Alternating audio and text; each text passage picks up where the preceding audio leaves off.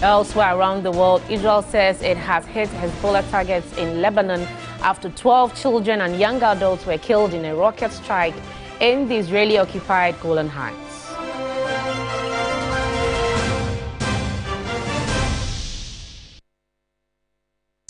We've got details of all these stories and many more coming up in the next 60 minutes. Remember, we're streaming live on Facebook. We're also live on your DSTV channel 279. You can join us with your views, comments, and suggestions on any of our top stories this hour. Feel free to visit any of our social media pages on Facebook and on X.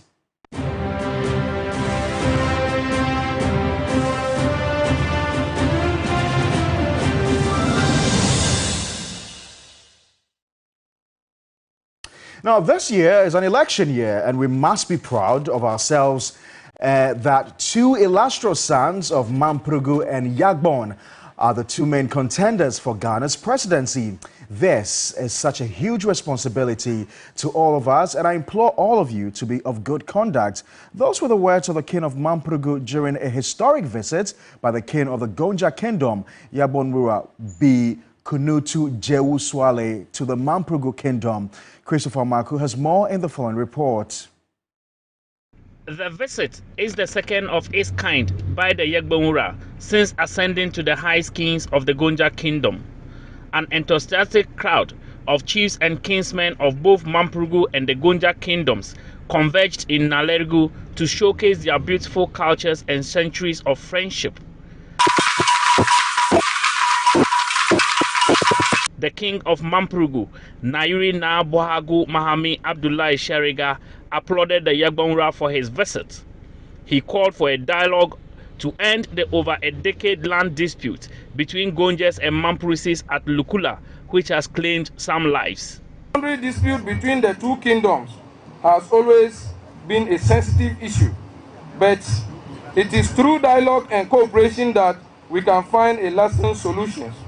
Our goal is to resolve any dispute amicably, ensuring that the interests of our people are upheld and that peace prevails. For his part, the Yagbonwura reiterated his commitment to a peaceful resolution of disputes between the two kingdoms. Gonja and Mamprogu are tired of the over-decade fire engagements at Lukula and its surroundings. I therefore extend a hand of invitation to my brother Nairi for a dialogue to extend this hostility. The two kings expressed commitment to a peaceful election. Two energetic sons of the two overlords are in contest with others for the mantle of leadership to govern this country in the upcoming December 7th, 2024 elections.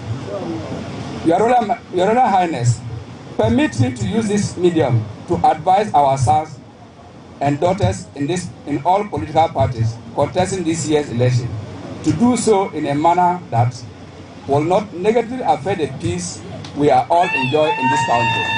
And we must be proud of ourselves that two illustrious sons of Mamprogu and Yagbon are the two main contenders for Ghana presidency. This is such a huge responsibility to all of us, and I implore all of you to be of a good conduct. The youth and political parties should conduct issue-based campaigns in order to maintain peace we are currently enjoying. Northeast Regional Minister Yidana Zakaria emphasized the need for peaceful elections come December 7th. This year's elections, two of your sons, one of them will surely rule the country. The rest of Ghana, the rest of the world are looking up to the temperament of the people of the North in deciding who becomes the leader of this country. No matter who wins the elections, the Nairi has won. The king of Gonjaland has won because it is their son who will lead Ghana. My appeal to you is that let's be united for a common purpose. After all, at the end of the day, we certainly are going to have a northern president who will excel. Let's now get on to Zoom and speak to political analyst with the Kumasi Technical University, Dr. Samuel Efrie, on how best the two leading contenders in this year's election should carry themselves in order to ensure we have a peaceful election. Thank you very much, sir, for your time. And good to have your News 360. You've just heard the two overlords there, Yakubu-Halid and the Nayeri implore both John Mahama and Dr. Muhammad Bawumia to conduct their campaigns in a peaceful manner, likewise their supporters. Now, do you think the two traditional leaders are worried about how there's increasing tension between the two people? Thank you very much, and thank you for your viewers as such. I think now the big chiefs in Ghana are trying to wake up and look at how they can resolve issues and how they can exert their influence on the people and also in politics. I think the chiefs have realized that most politicians tend to use them for their own political gains, and now they can resolve issues by themselves instead of trying to rely on these politicians. So it is a very good call for these strong and these big chiefs to come together to resolve their issues and also to employ the members of these traditional areas to come together. You know, the northern part has been seen with a lot of conflict in terms of land issues, in terms of other issues. And looking at now the two contenders for the 2024 elections coming from the north, probably, politicians will try to use other means to influence the people so that it will sway for each other side. And at the same time, people will tend to use other on certain ways that can also create problems. And that is what, because when you look at the Afrobarometer survey that they conducted in Africa, it is indicated that 80% of the people, that is the countries that were involved, of which Ghana was involved, they believe that chief can resolve issues and chief exert a lot of influence on their people.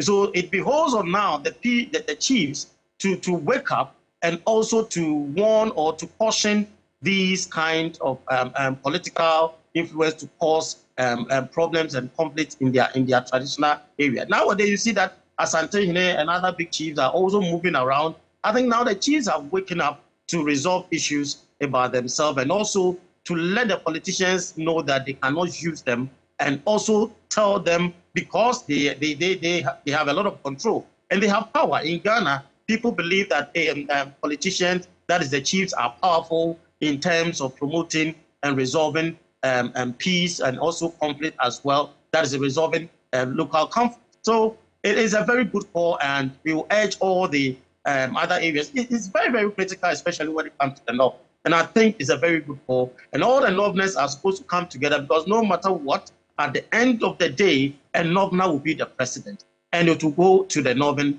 part as credit to them. So they should all come together. And the politicians, I think we know them.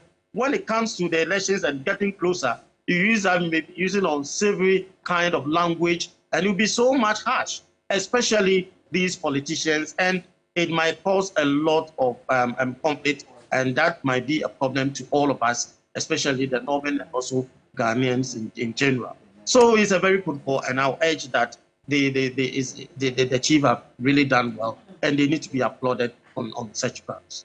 All right, thank you very much, sir, for your time, and good to have you on News 360.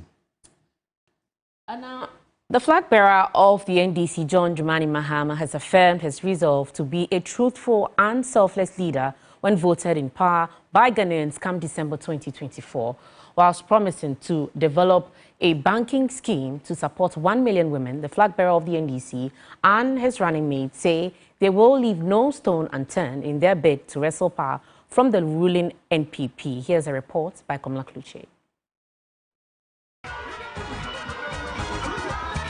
The son of Ndewura Jakpa, John Dramani Mahama, walked into the Jubilee Park, well, together with a wife, Lord Dina. An enthusiastic crowd welcomed him as the crowd went agog.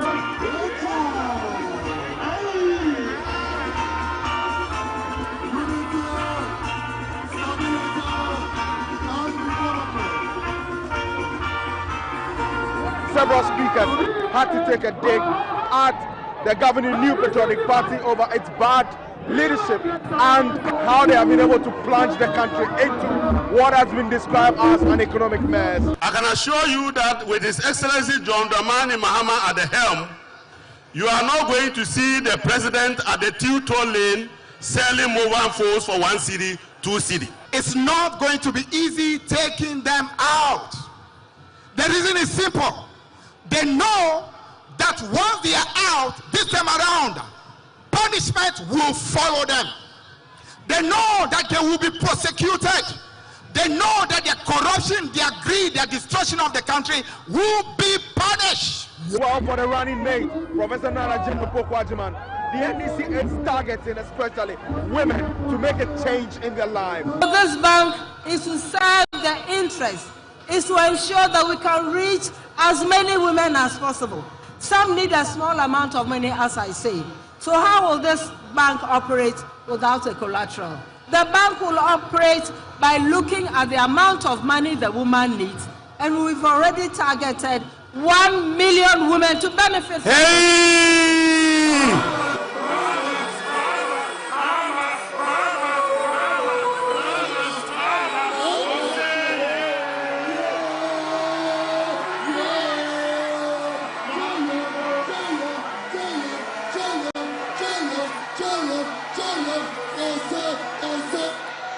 But yet again, John Mahama will not have this political space and will not talk about his main contender in this election. I've been out of government for almost 8 years now. I did my best. I wouldn't say things were perfect, but at least we're making progress. What I can promise you is that I will be truthful to you. I will never tell you lies. I will never tell you things that I can't do. The problem with this country is that our policies are based on the short cycle of winning elections every 4 years. But as John Mahama readies to lead the NDC into what they have described as a change to reset the country, a change he believes will be an agenda that will drive the country into a new paradigm, well, John Mahama says there's a lot to be done for the country, which he himself as a president will be leading the charge. Expectations are high that John Mahama will be able to garner a lot of votes, especially from the northern region where he comes from, in as much as the main contender, Dr. Baumia, has been able to make inroads in both the northern and the northeast regions. Komlak Luchem, TV3 News, Tamale. And in the battle for who makes it to the Jubilee House come December 7, the northern region will have its say in which party emerges victorious. Known traditionally as a safe region for the NDC, the NPP's gains have forced the opposition party to refocus its lenses there again. But will that be enough to restore the grounds lost? Mauna Agbeta finds out from Tamale. Laced with rich cultural diversity, the northern region represents one of Ghana's most diverse and unique regions. That variety in people and tradition, however, in the context of elections, has had its loins tied to the National Democratic Congress, handing out presidential victories since 1992. That cozy relationship, however, has seen the warmth fade away, with the NPP pushing through in putting a strain on the romance. The NDC's 53% win during the 2020 election is the lowest since the 2000 election. This is despite the northern region now split into three: northern, Savannah, and northeast regions. With the northeast and the Savannah regions combined, the party only edges the presidential election with some 54% of the votes, still the lowest since the 2000 election. On the parliamentary front, the NDC's dominance has been wiped clean, split in the northern region on 9 each, and one less seat when the northeast and Savannah regions are included. The party believes complacency has played a part in their decline. The NDC have always thought that It is our stronghold. You've been complacent. Exactly. It is our stronghold.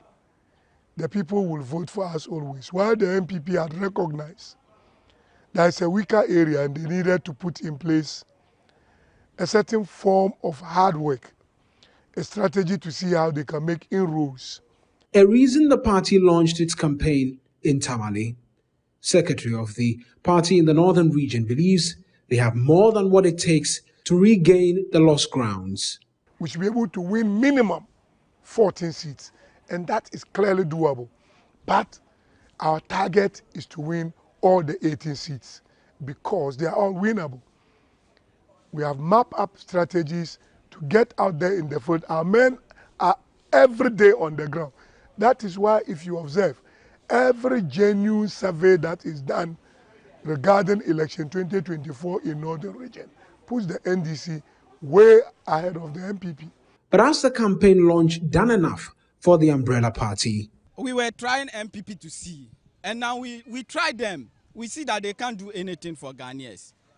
So this year, we'll tell them that, yes, we'll vote for NDC. The way things are going on, we need change.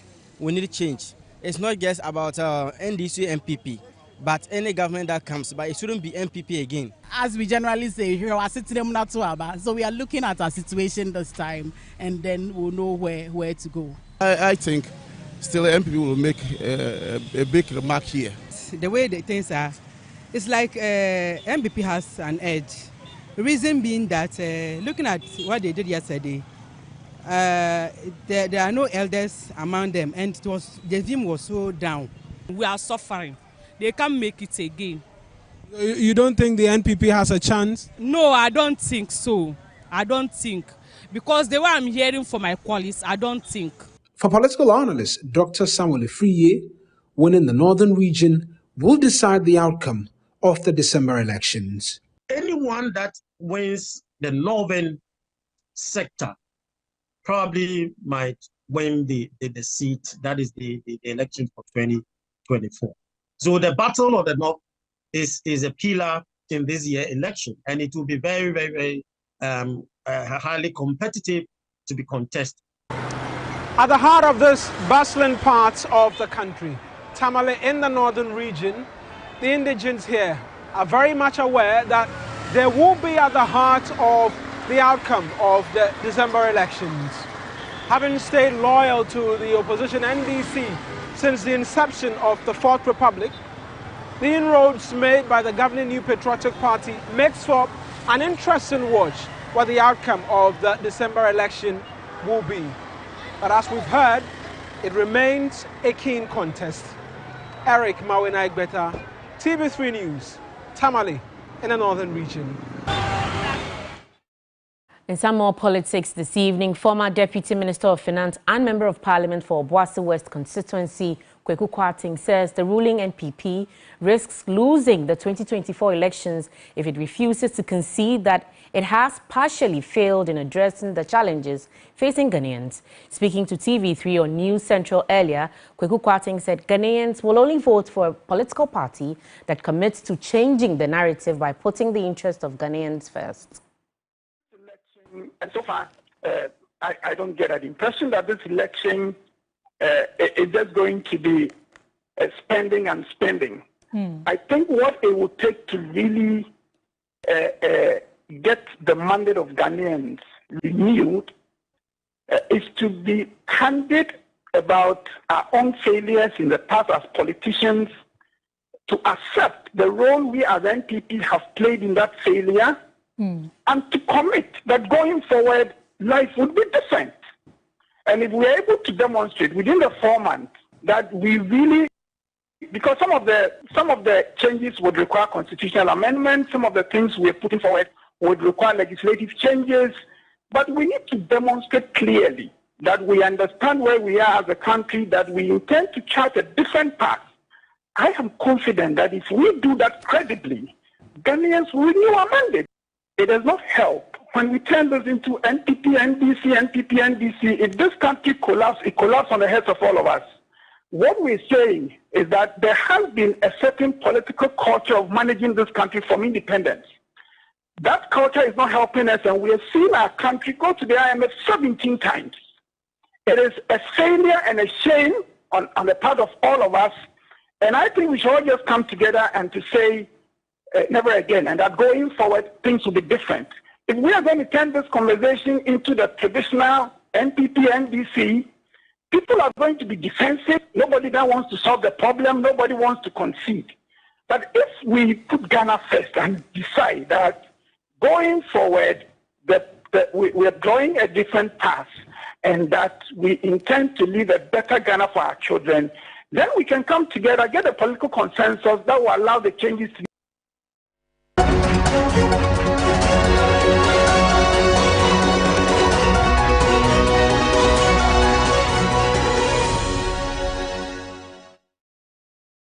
A reminder, so watching News 360, this is our major news bulletin for the day. You can join us with your views, comments and suggestions on any of our top stories this hour. Feel free to visit any of our social media pages on Facebook and on X. Now, on Constituency Watch today, the state of road networks in the Tema West constituency remains a major source of concern for residents of the constituency. This diverse economic hub, traditionally a stronghold of the ruling New Patriotic Party, is also grappling with streetism, an issue that could prove pivotal in the upcoming elections. The Tema West constituency is located in the Tema Municipal District of the Greater Accra region. The constituency encompasses a mix of residential, commercial and industrial areas, contributing to the region's economic vibrancy. However, this varied landscape also comes with a significant challenge, the deteriorating condition of the road network. The residents revealed deep dissatisfaction over the deplorable state of the roads, which have become unmotorable. This is not just a pothole, this is a manhole. We use all our monies to buy shocks for our cars. The roads must be fixed. One of our major problems here is our road network, which is in a bad state. While the road infrastructure has emerged as a major sell point, others also express their views on the performance of the incumbent leadership. Business owners who have to struggle with high cost of fuel, high cost of inflation, and the bank rate. Of course, when you take out a loan these days, if you're not careful as a business owner, you're going to struggle with the monthly installment that you have to pay because the rate is high. If we do this in the country, you stifle the macroeconomy and make it difficult for business owners to operate. I'm not interested in voting anymore. I've voted so many times. I voted like 4 times in my lifetime, but at least a queue to find work for somebody's father or to find employment for somebody's mother out there, because when you actually cast your vote, you exercise that your mandate. When the government comes to power, they don't seem to appreciate that you came together to put them there. Free SHS as a policy has really helped, and then our constituency MP Carlos Ahenkra has also helped in the sense that he provided my school with chairs and also accessories that will be needed in the ICT lab and then also the science lab. I'm not going to vote, unfortunately I'm not because I'm disappointed in the current government and then also in our ministers. Yes, they've really disappointed us a lot, and then most of the youth are unemployed. Most of my friends are unemployed, and they are really finding it difficult to get jobs out there, and then to me it doesn't really sit well with me. To me,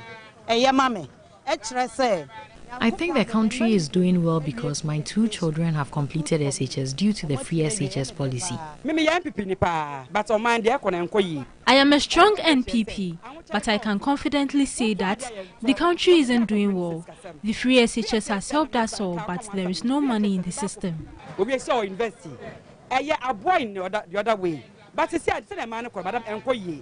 The Tema West constituency has long been considered a stronghold for the NPP, which has dominated the parliamentary seats for the past 6 election cycles. With over 125,792 registered voters in 2020, the NPP won with 50.66%, presenting Kingsley Carlos Ahenkra against the NDC's Paa Kwesi Asare with 47.91%. The state of the roads, amidst other challenges, appears to be a critical factor shaping voter sentiment in Tema West, as residents seek tangible solutions to this long-standing infrastructural challenge. Safwa Boahene, TV3 News, Tema West constituency.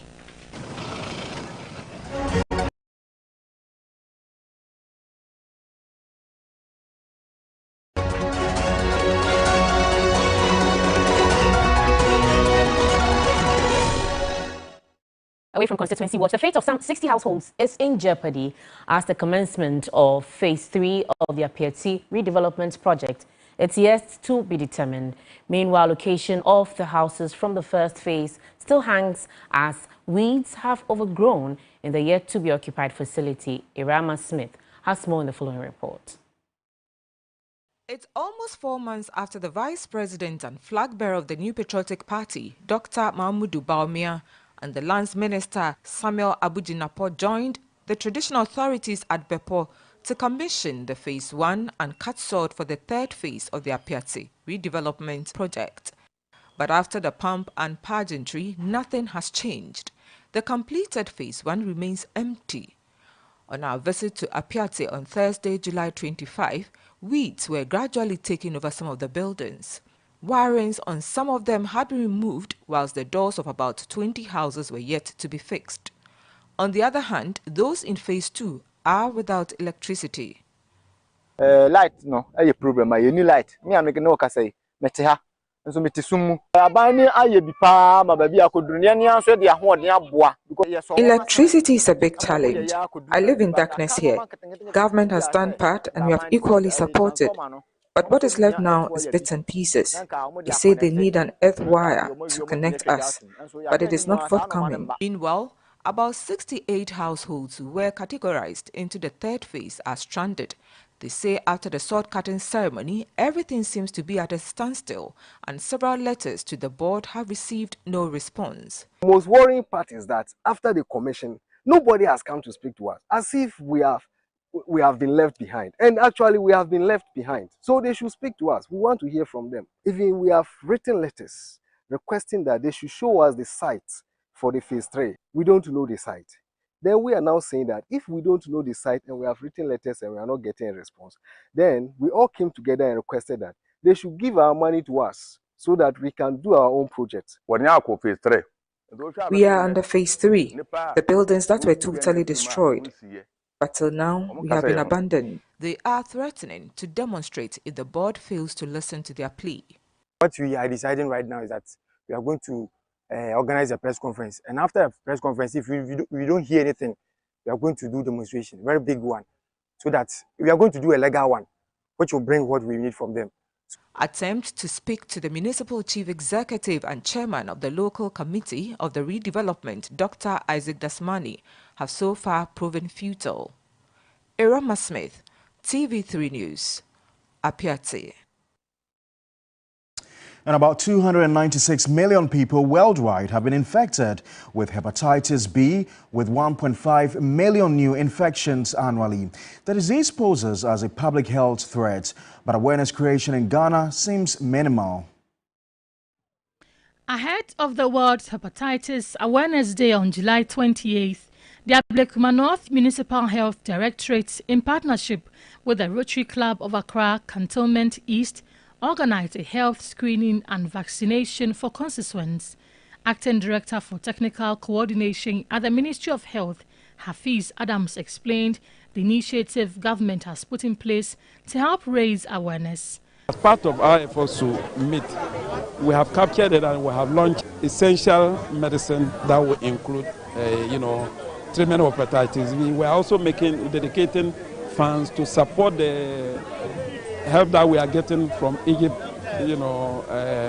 Egyptian president, because they are giving us free drugs, and we have established that now treatment of hepatitis B and C are free. President of the Rotary Club of Accra Cantonment East is Adobia Mensabonsu. One of the key focus areas of Rotary is disease prevention and treatment. And we've found the opportunity to partner with the Ablekuma North Health Municipal Assembly to celebrate World Hepatitis Day. This is an opportunity for us to join hands with them to educate, advocate, and help to eradicate hepatitis in our communities. A beneficiary of the screening spoke to TV3. I learned when you have a direct physical contact with someone, you can contract it. So I'm here to check whether I have it or not. If I don't, I also take the vaccine. In a related development, health experts are calling on policymakers to introduce a national program of administering hepatitis B vaccines to all newborn babies within 24 hours after birth as part of measures to control the increasing rate of the disease in the country. Currently, newborns are immunized against hepatitis B virus 6 weeks after their birth to prevent any possibility of maternal transmission. Now, but health experts say that it is not enough since most newborns affected in their early days have a high chance of chronic hepatitis and other complications. Here is Professor Charles Ejapon, Executive Director, Hepatitis B Alliance of Ghana.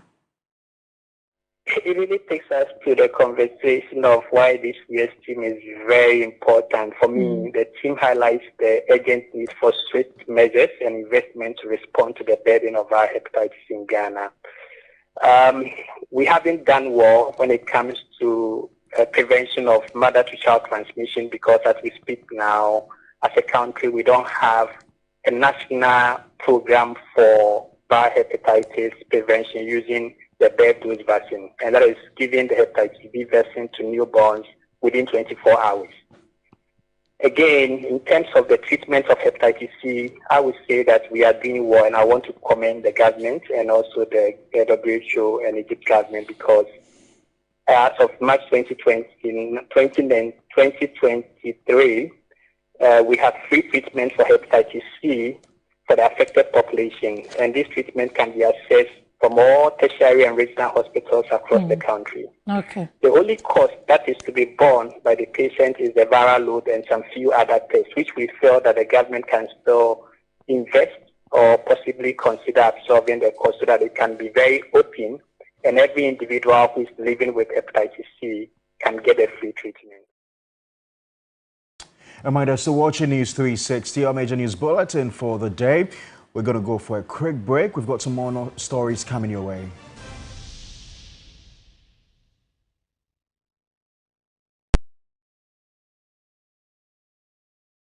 You know, one bucket of Flamingo paint is equal to several buckets of any other paint brand on the market. Flamingo paint, superior durability, superior hiding, superior coverage. Flamingo paint, simply superior. You know, one bucket of Flamingo paint is equal to several buckets of any other paint brand on the market. Flamingo paint, superior durability, superior hiding, superior coverage. Flamingo paint, simply superior. Whenever you fly to space or take your first step as baby, Soft Care always stays with you.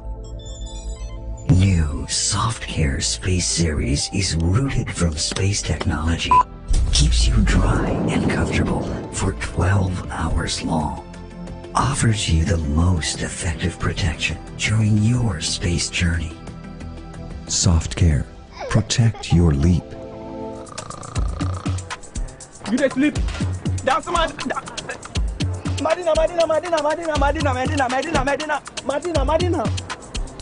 Sentuntum say wunna ma de jume ma wonsa.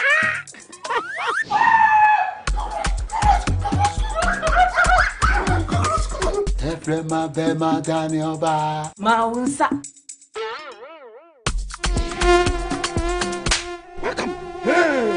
Sentuntum amwa sumuja ma wonsa. That shall not slap. Having black mosquito quail. Pamon tontom na empum wisie bebre na ema wo mowa na ema wo nhwem na ehyiam. Having insecticide spray eye hwam na sanso kumu a wotu ene omo wia nyina. Now having naphthalene balls and having perfumed insect repellent no e kumu a wo wia na senja hwa we chiri. Having black mosquito quail empum wisie bebre and say wo hene so ehyiam kama kweno na jumo size no e boduma don shre do me no. and a heaven spray, heaven naphthalene balls, ni perfumed insect repellent no. Ekumwa omutu na wa wonam from nasenja shanwechi. Heaven dear, bakope. Heaven dear, bakope. Heaven dear, bakope. Heaven dear, bakope. FDA aji edrede krato yatum.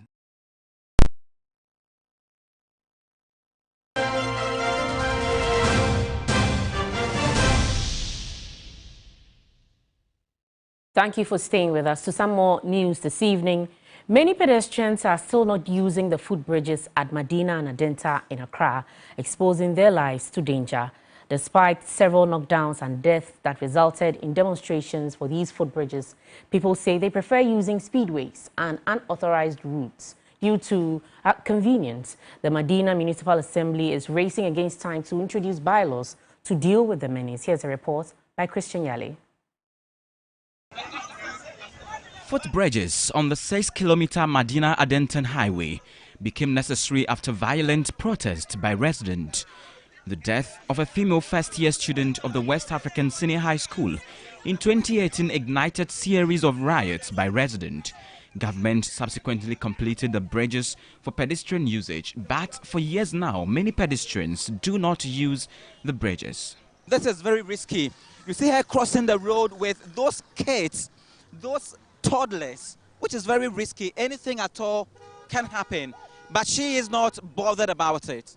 That is danger staring at you in the face, but these pedestrians say the footbridge is too high to climb it.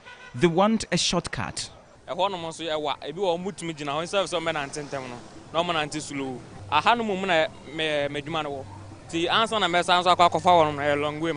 open in time.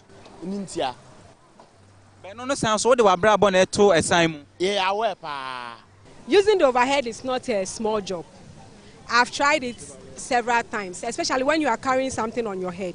Normally when the sun sets, everybody is rushing home, so there's traffic. So we try to pass through. When somebody has an arthritis and you ask him to climb the overhead, you know what will happen. And secondly, when a person has BP, climbing overhead will also help the person's BP to rise. Several arrests have been made by officials of the Lankwantanan Medina Assembly. It seems that is not deterrent enough. City authorities have their role to play. Individual citizens as well also have their role to play. We also have officers that are there trying to get people to use the footbridges. Imagine that we're spending so much money to pay people, and their job is just to ask people to use the footbridge. The structural design of this bridge is one that has been a major concern for residents and pedestrians. Civil engineer Joseph O'Day highlights some of the factors that could have influenced the design. If there were no traffic lights, how are people going to cross the road? If you look at the Zongo Junction, they have a difficult space constraint. Assuming there was not going to be that long ramp where people have to go on the ramp, it means that we need a simple staircase. But you remember that it's a school there. And then the other side also of the road, there's a market there. If you want to take that flight, looking at the height of the bridge, it means that you may eat into somebody's land. Fewer people use it in a day as compared to the numbers that cross the road. Right now, it has turned into a place where people sell. Many businesses are sited here. Many traders are here. Some of the traders explained that they have no other option than to sell on the bridge to feed their families. You know,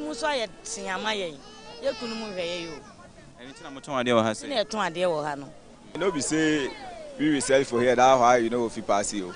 Me, I don't know the reason why they pass the road. Even police soldiers, they can stand there and then sack them, but still. Data from the police MTTD indicate that at least one person is knocked down at the Medina Zongo Junction each day.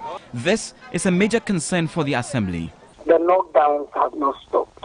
We've recorded a woman who was holding a 10-year-old child and tried crossing the road. Unfortunately, a car knocked down the 10-year-old. It may look like the footbridges are very long and unfriendly, but they are safer. They protect your life. Some pedestrians maintain that using the footbridge is safer than crossing the road using the speedways. Taking the risk to cross the road is not worth my life, so I think I'm not going to risk it. I've seen a lot of accidents that occur due to, especially when like there's traffic around. Cars have been knocking down people, and I don't see sense in why people should be crossing it over there instead of using the footbridge. For Engineer O'Day, the design and construction of these footbridges must come with consultations and considerations that would motivate people to use them. It's not only the engineer who sits in his office just to come up with a design. You need to do some public engagement as well. You'll be surprised that you can get some useful inclusions from the public, and that can influence your design. We are doing all this so that when we finish constructing such a facility, we expect the public to use it. As the non-adherence continues day and night, the Assembly says it is racing against time to implement bylaws to ensure stiffer sanctions for offenders. There's a committee that has been tasked to actually work on it. The process that we are actually working on before we come out to the bylaw for this. Christian Yale, TV3 News, Madina Zongo Junction.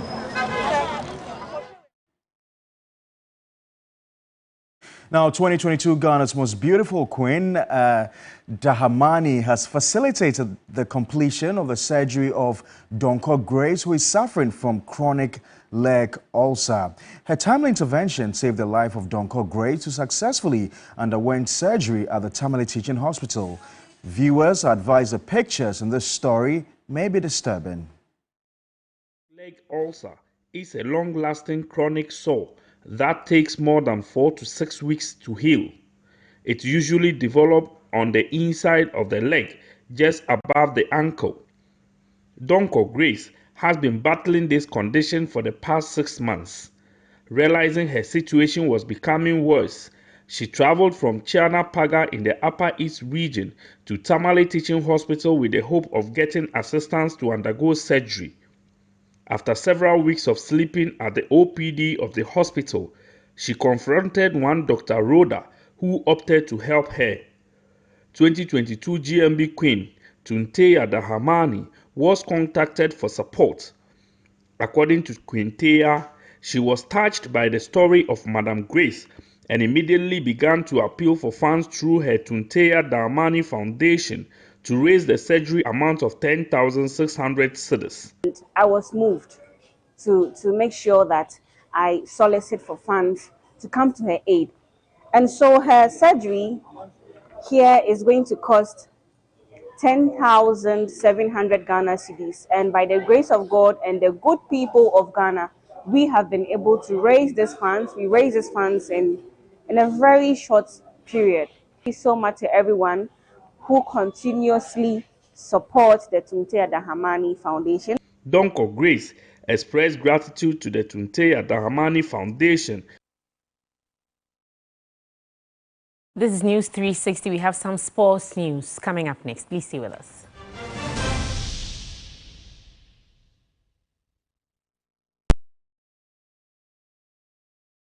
Honey, new sabo and a Paa evaporated milk. Ooh. Tasty and creamy, right? So and a Paa milk, well, custard one is fine. Na so Tom Brown no rice water muswa nice. Honey, trip now baso with the and a Paa mayonnaise. And a medaya salad and a burger. Fries so and a Paa tasty ketchup. And a good side. Coffee jollof no so made the end of perfume long green rice. Oh, you are one. Don't forget your favorite and a Paa chocolate milk. Oh, more quite so. Honey, you are sorted. I'm in control like a pilot on Paa Airways. Mama, Mama. Me, you know. I can't stand it. Just a moment. And now power, huh? Yeah! Oh, yeah, Jack Macron, no more. It's you cannot sit there. Hey, you contumre. What a clean tomato sauce, only a baby. And a pasadine for box with salad. Hey, you stew and a jollofa. Never to the one that don't know it though. Or to that. And about Wufia, or Metibani Dewa. You want a soy sauce, check for user, or more tasty. And about baked beans for the breakfast. Let's all a salad in the or she and a tuna. We can puffle. Let's all a salad in the or taste good. And upon dairy creamer. 4 box we so can see oats na cremitino yawo and na spaghetti talia papa bi mansuni sijadu re na fa and na spaghetti no kum wo and na talia no are ready for what on you with stew so ya na pa no so ko dia Inkrati FDA appendo.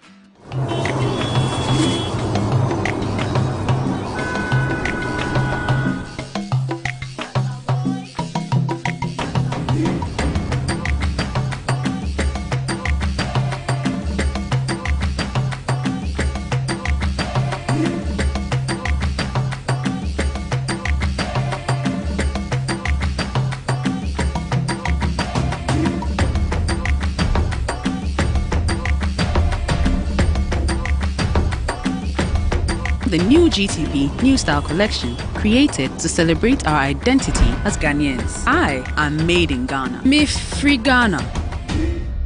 GTP, life styled. Looks can be deceiving. Always verify the authenticity of your fabric by matching the label code to the code on the edge of your fabric. Visit shop.gtpfashion.com to buy yours today. GTP, life styled.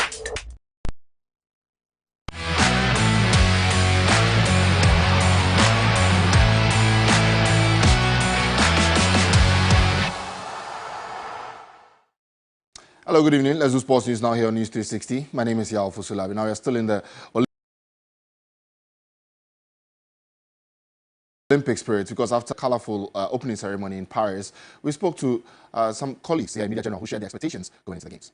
Fantastic event. The Thompsons, the Sevillus, the Tobogos, the Akani Simbins, Noah Lyles himself will be looking forward to that 100 meters, and I think that was going to be the ish of this particular Olympics. We're looking forward to how Benjamin Azamati will overcome his tension and the fears over the years to at least give us a smile or give Ghanaians a smile for all the support over the years, and hopefully it will come successfully. And also the 4x100 meters relay team, you know, they are ranked 5th in the world, and judging from how they performed in that qualification race, they should be up for it, at least getting into the podium finish to give Ghanaians a smile. Well, as a viewer, I'm excited because, Shaleyo, we're all wishing the best for our team. I know the numbers dropped along the line of qualification, but I know for Azamati and then also Stacey Harry, yeah, I know, Charlie. I have so much faith in them, but my favorite discipline in there will be tennis, swimming, and volleyball.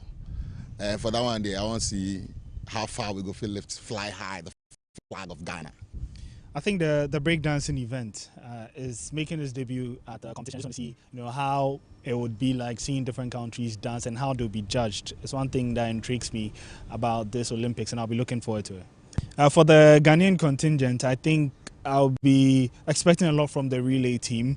I do genuinely believe that they have what it takes to reach the final, and once they get to the final, you know, anything can happen. The favorites can drop their baton, Ghana keep theirs, and then we can win a medal. Obviously, when you mention Olympics, for me it's 100 meters, and that's what I'm looking up to. And interestingly, this year we've gone beyond the Usain Bolt era, so it's not too clear who is going to win. We have the likes of Noah Lyles, we have Kishen Thompson, we have some more men coming in, which makes it very tight. So I think it's going to be very, very interesting, particularly in this Olympic Games, and that's one thing that I'm really looking up to.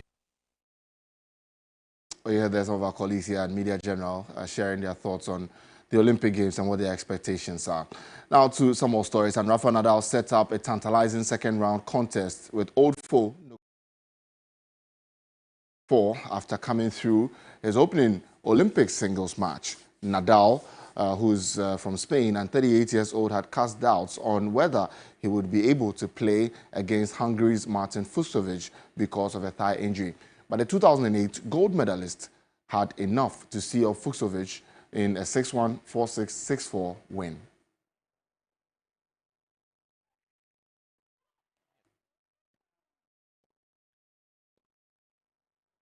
We're now still on the Olympics, and South Sudan kicked off their Olympic men's basketball campaign with a convincing 90-79 win over Portugal.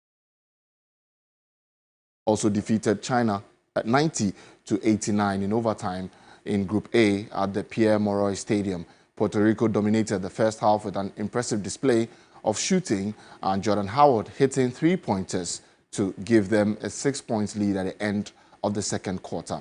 As unstoppable as they looked, however, an ankle injury forced Jose Alvarado to leave the court moments before the break. The New Orleans NBA forward returned for the second half, but it proved to be a turning point as South Sudan grew in confidence to move ahead.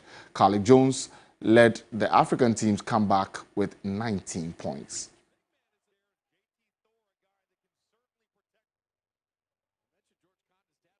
And now there'll be more on the Olympics, and later tomorrow morning you can join us on 3FM 92.7 at 7:40 a.m. and there'll be highlights from the BBC and all updates that you need to get on the Olympic Games. It's at 7:40 a.m.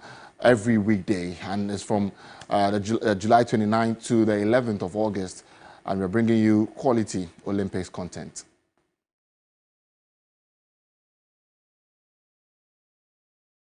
All right, so on that note, we end the sports news this evening here on News 360. My name is Yakubu-Halid. Entertainment News is next.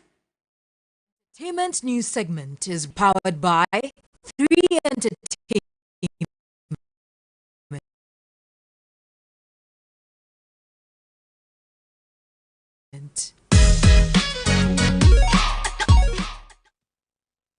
In entertainment news this evening, the stage is set for the highly anticipated launch of TV3's flagship reality show, Ghana's Most Beautiful 2024.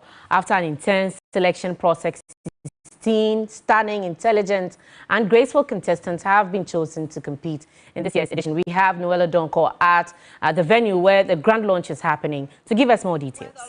Of the 2024 edition of Ghana's Most Beautiful will be taking place. I am super elated because with your help and your votes, we were able to cut down the numbers from the hundreds of ladies that appear at the auditions to the 16 ladies that will be outdooring tonight. The stage is set, the hosts are ready, the ladies are poised, and our guests are seated.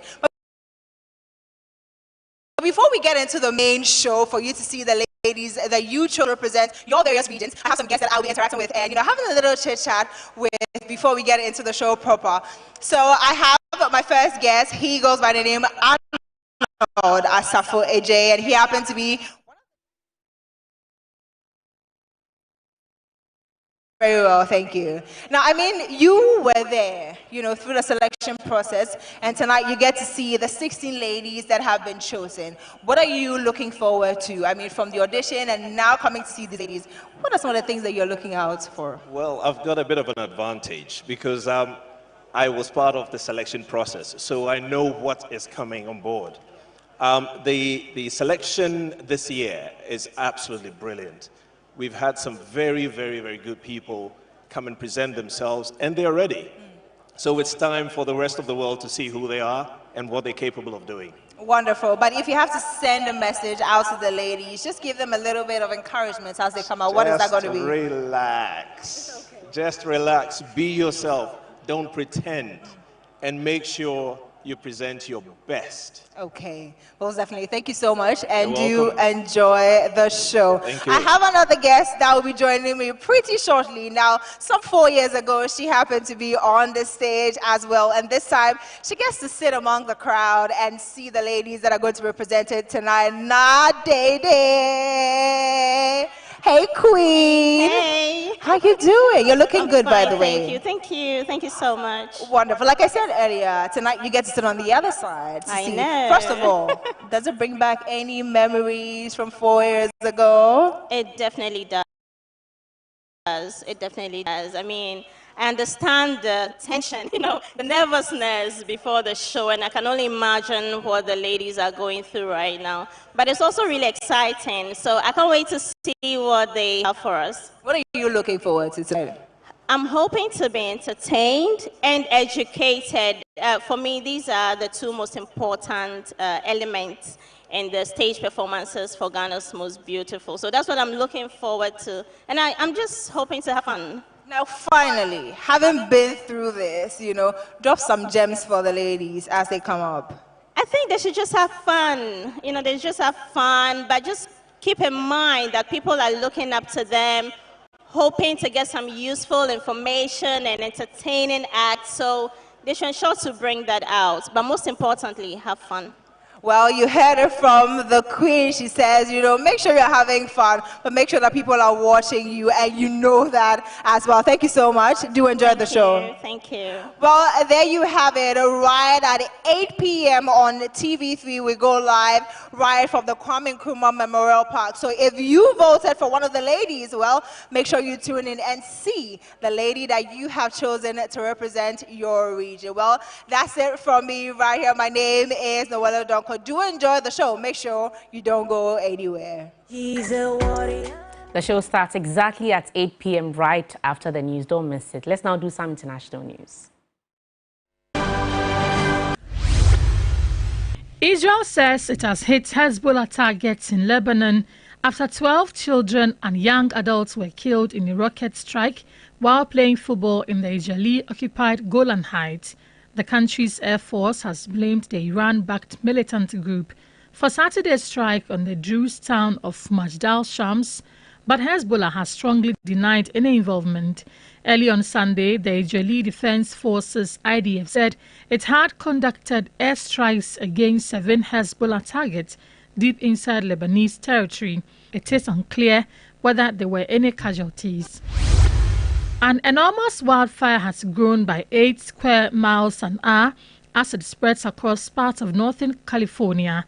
The park fire, which started on Wednesday in a suspected arson attack, has burnt more than 350,000 acres of land northeast of Chico and was only 10% contained. Of Sunday morning, the state's fire agency said about 2,500 firefighters are battling the blaze, which has been fueled by steep terrain and wind gusts.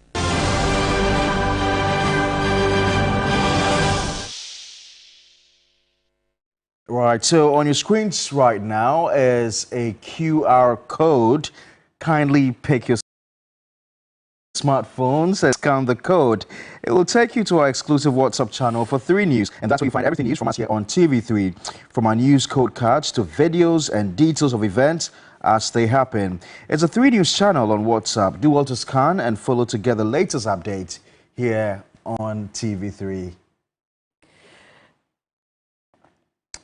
Well, that's how we conclude News 360. My name is Paa Kwesi Asare. And I'm Ayisha Yakubu-Halid. Don't forget that the GMB Grand Launch starts exactly at 8 p.m. Enjoy.